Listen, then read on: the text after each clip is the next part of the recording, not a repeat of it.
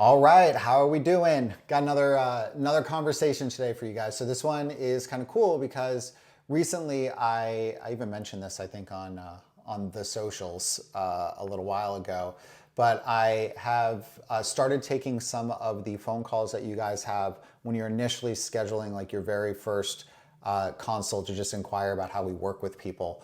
And the reason is because one of my coaches is out on paternity leave playing with his new little baby. And so I'm helping to cover for him and to be able to chat with you guys. And what's cool about it is that I'm getting to hear some of the questions and some of the things that you guys are having before you get through the process and before we start talking about how you handle the problems on the back end, which is really helpful. And it's nice to kind of dip into these different parts of our process personally with either myself or with Corey so we can continue to see and hear and learn from you guys about how to better support you all, right? And so I've been doing this for a couple weeks, and the thing that really kind of stood out to Corey and myself as we were doing this was it seemed like the way that we talked about what a process, like what this inspection process looked like, that it felt maybe overwhelming for folks. And so we really like sat down and tried to understand why that might be.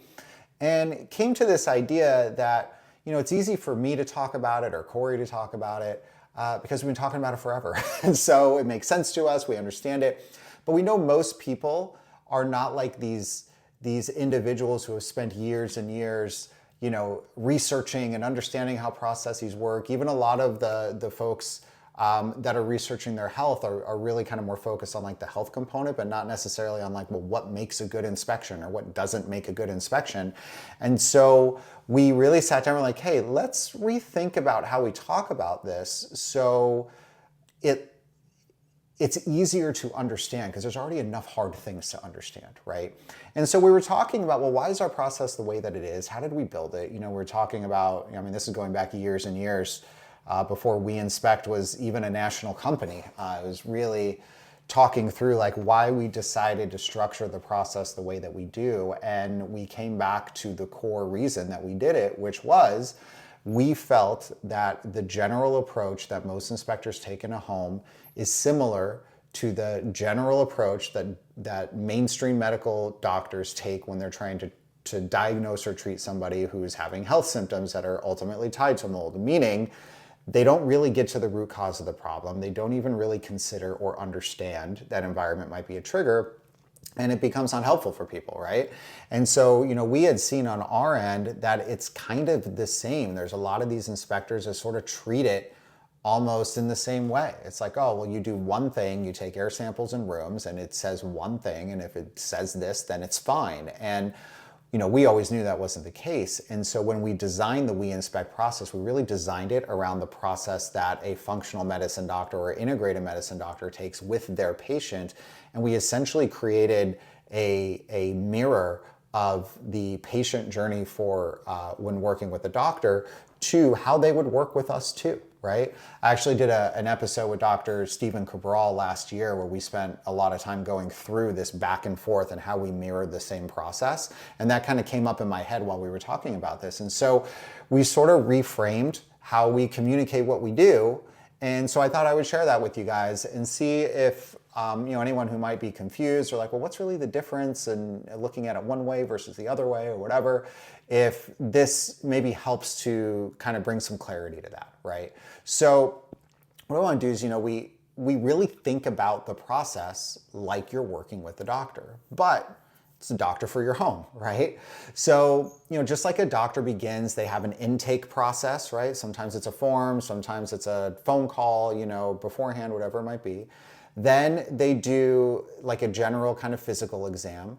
Then they run labs, right? They'll run lab testing. And then they build a treatment plan based on the results of the lab testing, right? So you kind of have these 4 steps that occur through the process. And then at the very end, they have kind of like a final wrap up with you where they're explaining all of it for you.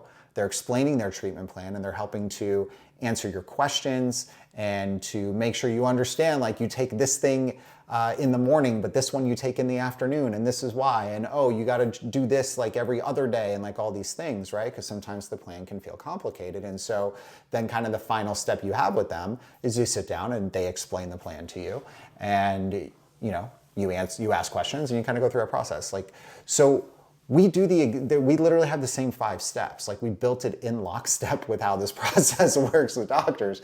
And so this is how we started communicating it, right? So like I said, think of it like working with your doctor, but for your home, and they have, these different steps. So on our end, the first step for us is a pre-inspection phone call with your consultant. This is similar to the intake that you would do at your doctor's office, right? So on the intake at your doctor's office, they're asking, health questions, they're asking family history, they're asking all these different things, whatever they need to know to be able to get the foundation of how you need to move forward, right?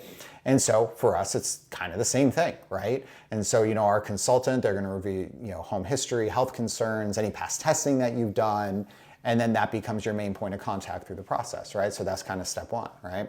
Now, if you go back to the doctor side of it, the next step is you're going to have some sort of physical exam that happens, right? So maybe you talked with the nurse and you kind of did your intake stuff with them, and then maybe now they're going to do some initial physical exam stuff, or maybe your doctor comes in and does the physical exam, but there's some part of, let me just look at you and see what's going on, right? So basic vitals, just kind of like things that they can do without specific lab testing, right? And that's the next step for us too, right? So for us, it's an on-site inspection. So instead of doing a physical exam of your body, we're doing a physical exam of your home, if you think of it that way. And so this is where we, really perform a comprehensive assessment of the home. Now, like with a doctor, they have a team assisting them, right? So they usually have like a nurse and a physician's assistant and then maybe themselves, right? And they do this to make sure that they have multiple sets of eyes on your situation so nothing falls through the cracks that can have major consequences, right? On the health side, let's say, for example, you're allergic to penicillin or something, and then they prescribe you penicillin, that is a huge, huge problem, right? So they have multiple sets of eyes built into their process to make sure that the quality of their process, right, and that they're not letting anything slip through the cracks, because there could be major consequences. And so we've adopted that same process too on our end. Your field inspector is physically on site at your home, but they're paired with one of our senior inspectors that's working in tandem with them from our home base, and together they're performing this comprehensive assessment of your whole home, right? So, they start outside, they come inside, they look in all the rooms, basements, crawl spaces, attics, all that stuff, right? And the idea here is that just like with the doctor, we put in this team approach to make sure nothing falls through the cracks and to make sure that you're receiving the top of the line assessment that We Inspect is known for, the reason that all the doctors all over the country refer their patients to us, right? And this is how we're able to be very confident in the quality control and that the processes are being done very well, because listen, humans are humans. Human error is a thing, right? So it's almost like checks and balances built into that. We always wanted to have this secondary step to make sure things were lined up, just like the doctors do when they have one person ask you if you're allergic to something, and then the next person asks you the same question, right? And then the doctor comes in, it's like, hey, just to confirm, there's nothing here, right? Like, that's why they're doing it, right? And that's why we kind of built it in as well. Then the next step of that process, after you have your physical exam with your doctor, and they're talking through your symptoms and all this stuff, they're gonna put together what they think they need to test you for, so they can get data and information that they can then, analyze to figure out what do they think is going on and what might be the best approach to handle it, right? And so that's the same thing with us. So what's gonna happen is now your doctor comes in the room, right, and they sit down with you after they do that, and they're like, okay, here's what I want to do. I want to run, this blood test, and maybe I want to do this urine mycotoxin test, and like, hey, I want to do some sort of gut testing to see if there's anything going on there. So we're going to do maybe the stool test over here. And I really just would want to get an understanding of how your body is working and where are the issues and this, that, or the other, right? And then off of that, they're going to be, once I get that information in, I'm going to have an idea of like what we need to prioritize and the order of steps that we need to do to get you to where you need to go. But I'm not going to know any of that till I see this stuff, right? And so then that's kind of their thing. And so they have a sit down with you, right, after they've done some of these earlier steps, and they talk through that with you. And that's the same exact thing then that we do, right? So we're kind of mirroring that through. So like after we go through the house, we have a follow-up where your consultant is going to show you everything that we saw in the visual assessment of your home, which again is like the physical exam, right? And they're gonna say, hey, we saw this over here, this over here, this over here. We think that, this X testing plan is what would make sense based off of your goals and what you're looking at and what your condition, just all the information we've learned at the beginning. This is how we're going to look at that information and what it's going to tell us in the future. And this becomes your testing plan, right? And just like with a doctor, you approve whether or not you want to run those tests, right? We all know that, some of these functional medicine labs are not, covered by insurance, for example, right? So you have to have a conversation about, am I going to spend the money on that particular test? And if you're on the fence about like, do I really need this test? What happens? You ask your doctor, and you and your doctor have a conversation about the pros and the cons of including this particular, antibody blood panel. So you could see like IgG, IgE antibodies tied to certain molds. Like, is that going to be more helpful than maybe urine mycotoxin test? If I only had to pick one, which one can I do because I have a budget issue, right?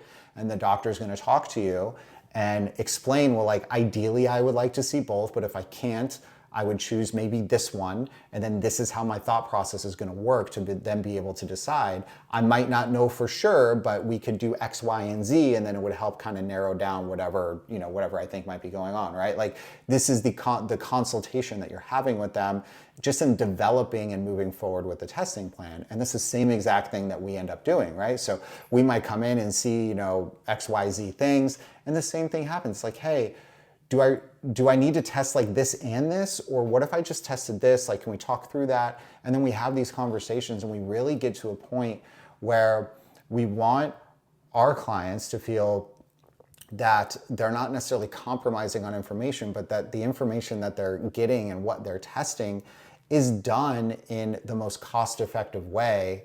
And that at the end of the day, not that anyone wakes up and is like, I want to spend X amount of dollars on testing mold in my house. Backtrack.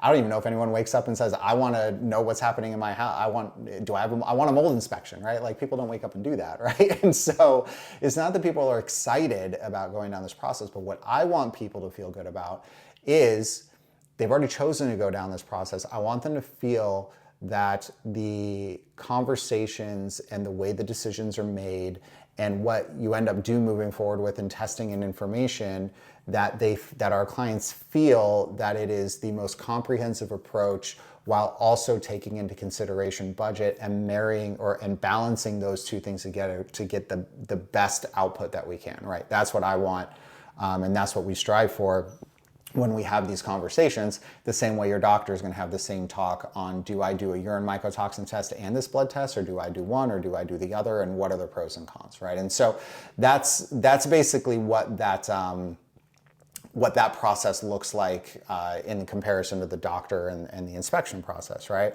Now, after the labs go out, right, the doctor takes your blood samples and you do you send everything out to the lab. So then all that goes back to your doctor, and then your doctor is going to sit there, they're going to analyze everything, they're going to put together a treatment plan for you, okay? And they're going to break out everything they think that you need to do, and it's going to be written up in some sort of output or report that you get when you go visit the doctor. And so we do the same exact thing, right? So except for clinical tests, we're looking at the results of the test behind your wall, or the results of the tests inside your HVAC system, or the mycotoxin sample from throughout the house, or whatever. And we're putting together, what do we think needs to be done in order to address these issues? Now, the other big thing that we really, really focus on is prioritizing all of that stuff. We are really good at finding root cause mold sources in homes. We're very, very good at it. Most people don't remediate everything that we find, and I don't necessarily want everybody to have to remediate everything that we find. It's our job to not only say you have this, and we can't just blanket come in and say, okay, rip your whole house apart. That's the only way to do this, right? And it's really similar how your doctors look at it too, right? Like they're trying to balance like reasonable outcomes or reasonable actions that somebody can/would take with the result that they want to see, right? With the result that individual wants to see. And so, for example, a doctor may want their person to do like all the biohacking things, because in a perfect world, if you're sauning and cold plunging and red lighting and doing all the supplements, that's like amazing, right? But that might not be possible for most people, right? Not everybody has a wellness lab in their home and resources to buy all the supplements that are supposed to do all the things for your body, right? So then it becomes about prioritizing which of the things that the doctor think is going to be helpful. The doctor's opinion doesn't change. The doctor still thinks that saunaing and cold plunging and red lighting and this binder and this supplement and NAD plus and all these things, they still think all of that is good. And in a perfect world, they would want you to do all those things, you know, whatever their version of that is, right? But they understand that priorities are something that real people need to consider. And so then it becomes, which of these things do we think is going to have the biggest impact on getting you to your goal? From a doctor's perspective is feeling better, right? Which of these things are going to make you feel better faster, right? What's the path to get there? On our end, which of the things that we found in the home are going to reduce the mold exposure in the home the most, right? How do we prioritize everything? So if you do see that we've identified a number of issues, that you don't have to gut your whole house. I will tell you right now, most of our clients, almost all of them don't do that. And it's because we direct them to the things that we feel are the biggest contributors to what's going on. And then you're effectively applying like the 80-20 concept to the whole thing. It's like, where can I focus the majority of my effort / my remediation budget to get the biggest reduction, the biggest improvement that I'm looking for? And you kind of work down a priority scale like that, right? And so that's what your doctor talks through. That's what they think about, I should say, before they create their treatment plan for you, right? They figure all of that out and they essentially have all of that stuff kind of prioritized. And, you know, I've gotten these from my doctor before and they're like, hey, so these are the must-haves, these are the nice-to-haves, and these are the, you know, if you hit the lottery, have these, right? And it's kind of the same thing, right? And so what happens is then the last piece of this equation, after they've looked at your labs and put together your treatment plan and kind of document all this stuff, they have a conversation with you at the end of it, right? That's part number 5. And it's the same thing that we model too. We're like, we can't just send a report to somebody and think that they're going to do everything. Everyone's going to have questions because this stuff is complicated. The house is no less complicated than the body, right? And so it's the doctor's job to make it easy for you to understand and give you clear direction on what to do. It's our job to make it easy for you to understand and give you clear direction on what you need to do, right? It's the exact same thing that we need to do as service providers for you to help you get better the fastest, right? And so the last piece for us is a review call that goes over all of our recommendations. And, you know, think of that as that same conversation in your discharge that you have, you know, the discharge plan that you have with your doctor, right?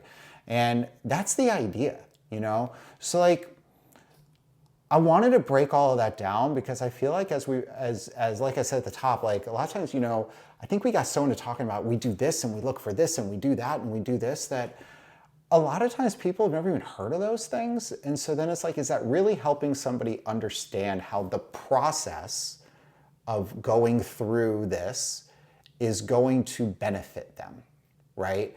And that's the thing that sometimes I was feeling kind of got lost a little bit is that's great that you guys have a process that does X, Y, and Z and blah, blah, blah. How does that help me any more than local mold inspector X, right? Like what, like where's that connection piece? And so anyways, Corey and I worked a lot on how we communicate that. This is just me kind of, you know, one-offing it while we were talking, but I hope you guys find that helpful because I feel like if you understand, and this isn't just in inspections, but it's like in anything, if you understand kind of like the framework that something is built on and like the goals and the different checkpoints along the way that it's supposed to do for you, then it's easier to kind of follow it along and know, okay, at this step, this is sort of what we know, right?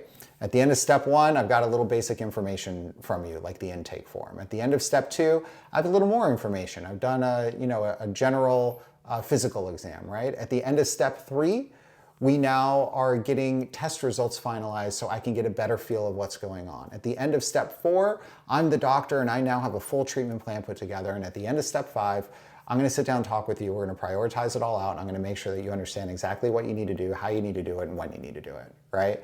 And that is the exact same thing, step for step, like 1 through 5 that we do. Right. So anyways, I have been having that conversation a little bit over the last like week or so with people. And I've noticed that it's just like helping so much in how the conversation goes. Like the understanding has been really helpful. And I was like, well, if it's been helping with everybody I've been talking to individually really understand and grasp like how this whole thing works, then I thought it might help you guys too. So I wanted to share that with you guys too.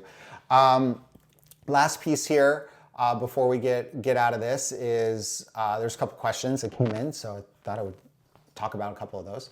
So the first question, is it possible to eradicate hidden mold sources if there are dry, hidden mold in an older home, right?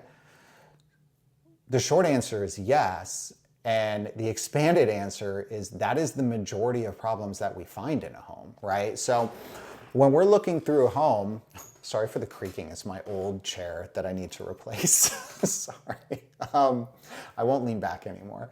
Like when we go through a home, we're kind of looking broadly for three different things. First one is there visible suspect mold somewhere? That's the first thing you look for. Sounds really easy, but sometimes people think that it's not. Sometimes, oh, it's just dirt or something. So that's the first piece though. Second piece, are there any active moisture issues going on? So moisture meters, infrared cameras, that sort of thing. And it is very important to know if there's active moisture issues going on. Obviously, mold needs water to grow, right? So that piece is important. And there are definitely times that that stuff gets identified in a house. But then that leads us to the third thing, and this is where probably 80 to 90% of the problems we find in homes are, or the category they fall into. And any of you guys who've been listening to any of my shows for a period of time already know what I'm gonna say, but I'm gonna say it anyway. It is areas that were previously impacted by moisture that are now dry. And while mold does need water to grow, like I just said a second ago, what it does not need is water to stay, right? So imagine you plant a seed, you water the seed, the plant grows, then you stop watering the plant doesn't just like pick up and run away, go looking for another pot to live in that's gonna get watered. The plant now starts kind of falling over, the leaves, all of the start drying out, maybe the petals and the flowers start falling off, and the whole thing just kind of like starts decaying in the pot where it is, right? And that's what happens with mold. So the mold will stay, right? And most problems that we find in homes are problems where there was a previous issue that got addressed or it just stopped for some reason, right? Like not every leak that happens outside happens every single day. Maybe it only happens when it rains, but it doesn't rain that often where you are. So today, the area under the window is dry, but maybe after a heavy rain, it's maybe moist under there for a little bit of time and then it dries out again, right? Or maybe you had a leak in a sink cabinet where you fixed the faucet so it stopped dripping in the sink cabinet, but the drip that had been happening was enough moisture for mold to grow on the bottom side of the cabinet, and then you stop the drip and you think, oh, there's no more, there's no more water, there can't be mold, right? And that's just not how it works. So I would say like anecdotally, like 80 to 90% of the hidden mold problems that we find in homes are in areas that have these minor little visual clues that maybe moisture has impacted the area. Maybe like a little bubbling in the paint, or maybe a baseboard's pulling off the wall, just like a little bit, under a window, and you're like, why is this baseboard pulling off this wall? Just a little teeny tiny bit under a window, right? Like what's going on? So those are, some of the things, that we look at that point as we're going through the process.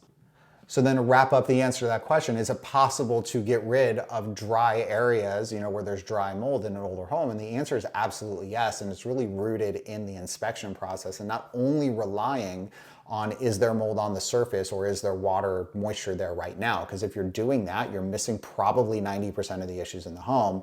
And so it's really based on this assessment that we do through the home and identifying these red flags where we think there could be mold hiding behind a wall and a ceiling and a floor and the cabinets, and being able to pinpoint those with source testing to tell us exactly where it is, which then now allows us to see, going back to the doctor analogy, what is the state of this area and what is the approach that we take to address it, right? So so hopefully that helps answer that question. All right, so the next question is, how is it possible to even remediate a home that comes back clean on all air tests? But an ERMI says that there's aspergillus and some levels of Cotomium and Stachybotrys. Could the ERMI be incorrect? I feel like I answer this all the time. So a lot of times I haven't been readdressing some of these questions because I feel like I've said them so many times, but at the same time, not everybody listens to every word that I say. So maybe it just feels like I do it all the time, but maybe a lot of you haven't heard it, right? So here's the deal. Air samples taken in the middle of a room from your mold inspector is the giantest, most humongousest red flag. I'm making up words for how ridiculous this is, that mold inspector doesn't know what they're doing and they have no way to help you. That's what it means. Because mold doesn't grow in the air. It grows on surfaces. What is the purpose of a mold inspection? The purpose should be, not only is there a problem, but where is the problem and how do I fix the problem, right? That needs to be the goal. If I'm taking an air sample in the middle of a room, how am I answering those next two questions? First off, it doesn't answer the first question well at all. Do I have a mold problem? These air samples in middle of rooms, I've done an internal study myself, like personally when I went through homes for a period of time, 78% false negative rate on an air sample taken in the middle of a room when I found a mold problem hidden in a wall less than 3 feet away. So the further away you get with an air sample, the less and less effective it gets.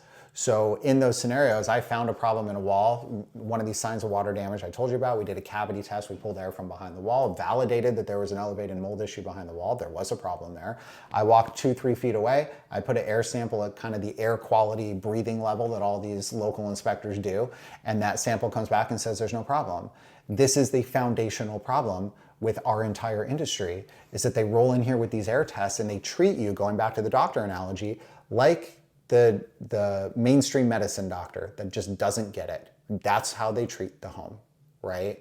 So that's why people end up getting so annoyed with the medical doctors and having to like seek out functional medicine doctors. It's the same thing. That's why people have these mold inspections, they stay sick and then they end up seeking us out, right? It's because that doesn't work. And everyone knows that it doesn't work who's actually looked into it. But, you know, apparently it's still allowed to happen, and I don't know how government works and all that stuff, but I imagine it would be very difficult to regulate all of that. So it is what it is, and it's something we have to deal with, right? And that's why we're here to try to help. So that piece of it is, can it even tell me if there's a mold problem? Not really. Goal number 2, where's the problem coming from? Let's say it's the other 22% of the time, and it did come up on that air sample in the middle of the room that there was an elevated mold count.